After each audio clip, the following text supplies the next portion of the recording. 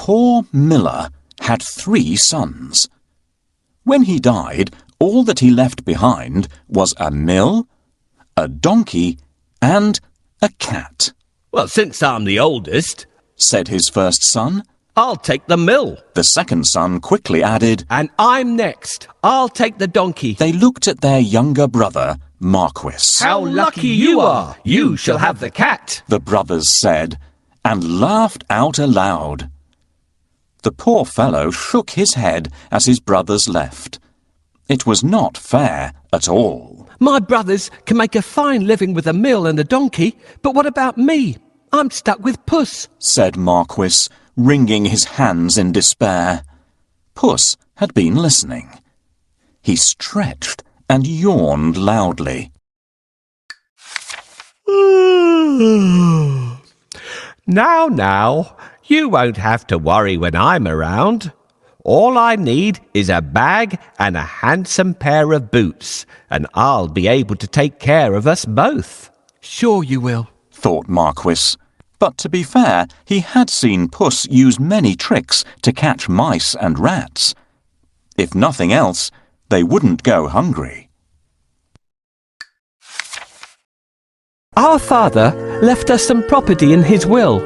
I can't help thinking that it's been divided unfairly. Do you remember what I got?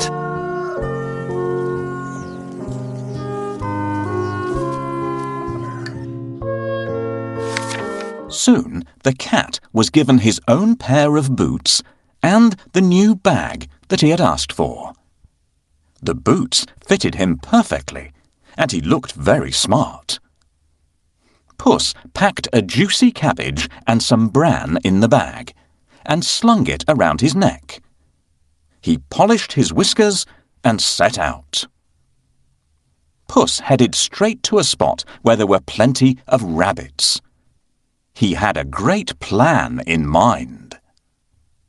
Puss opened the bag wide and hid behind a tree. Soon a rabbit came hopping by. He saw the cabbage and leapt straight into the bag. Whoosh! As quick as the wind, Puss grabbed the bag and tied it closed with a piece of string. With the rabbit in his bag, Puss walked straight over to the king's palace. He bowed low and presented him with the rabbit. "Your Majesty," said Puss in Boots in a royal voice, "this humble gift comes from my master, Lord Marquis of Carabas." This was a fancy name that Puss had chosen for his master.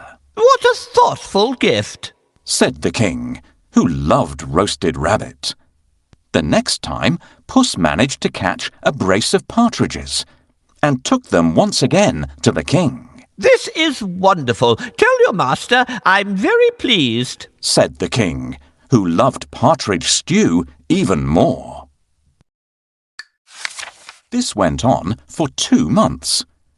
Puss was becoming an expert at catching game, and the king was getting plumper. First, I need a bait for the rabbit. What do you think rabbits love to eat?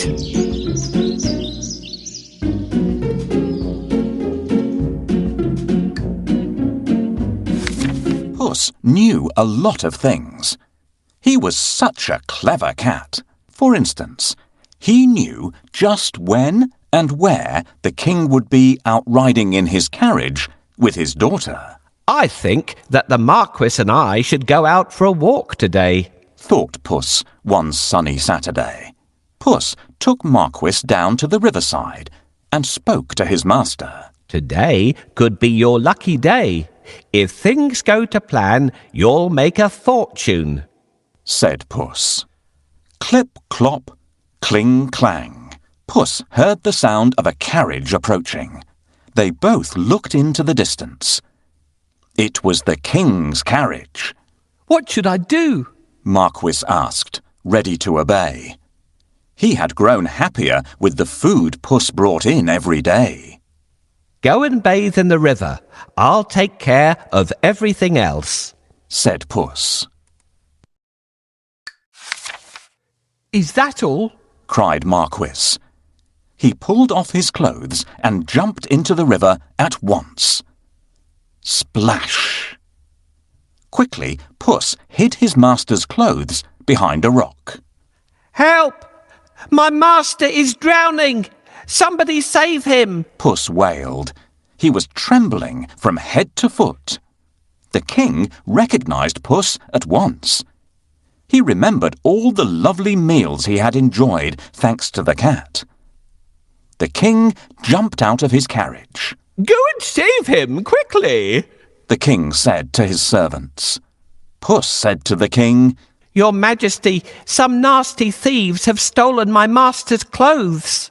Is that so? Don't worry. I'll find a suit for him, said the king. He ordered one of his servants to fetch some fine clothes. Soon Marquis was pulled out of the water, and the king's servant handed over a handsome suit for him to wear. As soon as Marquis put on those clothes, he looked just like a prince. He stood tall and handsome, and smiled shyly at the princess. Surprise, surprise! The princess fell head over heels in love with Marquis. Master, I have a great idea. All you need to do is go and bathe in the river. I will take care of the rest. Well, all right. That's easy. While he's bathing, I need to hide his clothes.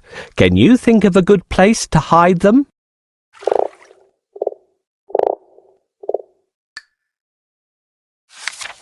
Puss grinned. Things were going just as he had planned.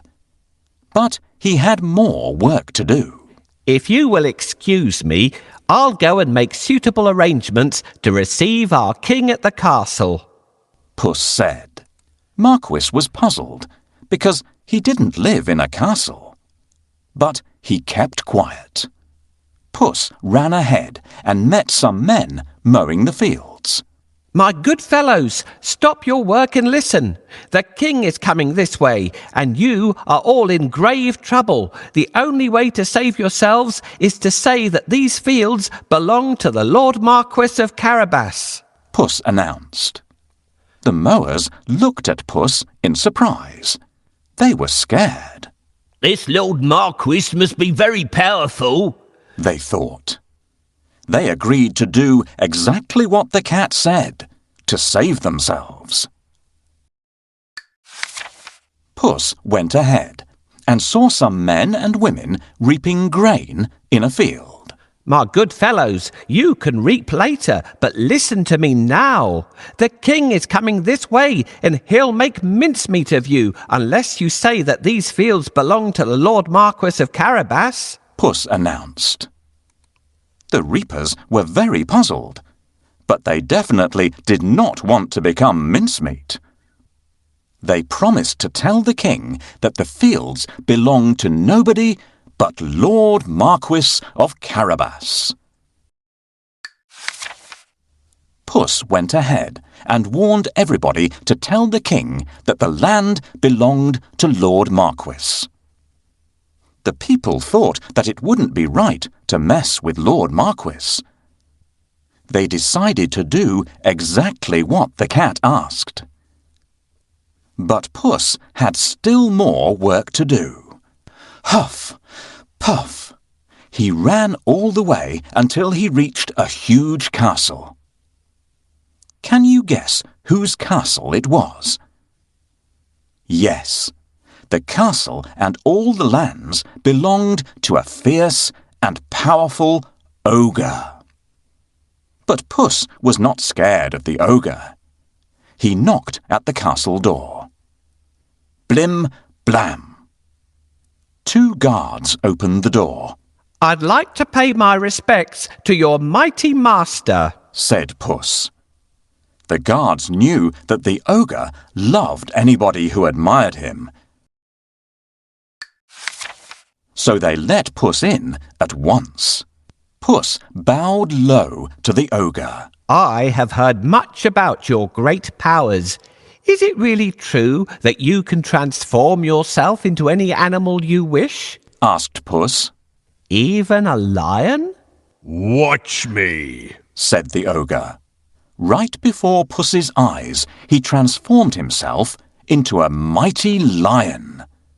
He roared so fiercely that Puss sprang up the curtains in fright. The ogre laughed loudly. That's amazing, Said Puss. but I bet you can't turn yourself into a small creature. That's the most difficult thing in the world. I can. Said the ogre. No, it would be impossible for a mighty ogre to turn into something like, for instance, a mouse? Said Puss. Oh, really? Asked the ogre, snapping his fingers. Boom! The ogre became a tiny mouse and scurried across the room. Quick as lightning, Puss pounced on the mouse and ate it in one gulp.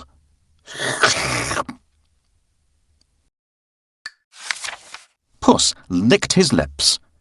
He clapped his hands 3 times and summoned all the people living in the castle. The ogre is no more. Puss announced. Will you accept Lord Marquis of Carabas as your master? He is kind and just, good and generous. The guards, maids, cooks, servants, and everyone else in the castle looked at Puss in surprise. But they nodded at once. They had never really liked the ogre anyway. Puss ordered everyone to prepare a feast for Lord Marquis and his very special guest, the king himself. The coach with the king, the princess, and my master will be here soon. I have to wake up the ogre right away.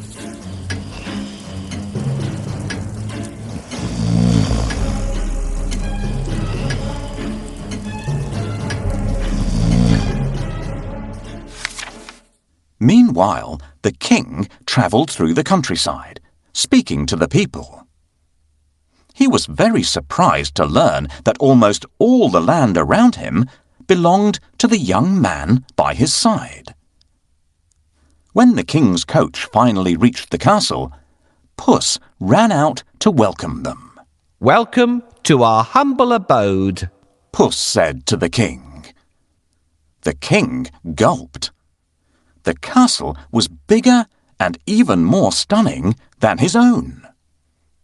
Puss led them straight to the huge dining hall. The table groaned with the weight of roast chicken, rabbit stew, mince pies, smoked duck, and hundreds of other dishes. The king was in 7th heaven. After eating the great feast and sipping the finest wine he had ever tasted, the king said, My dear Lord Marquis, I'd be delighted if you would marry my only daughter. Marquis smiled at the princess.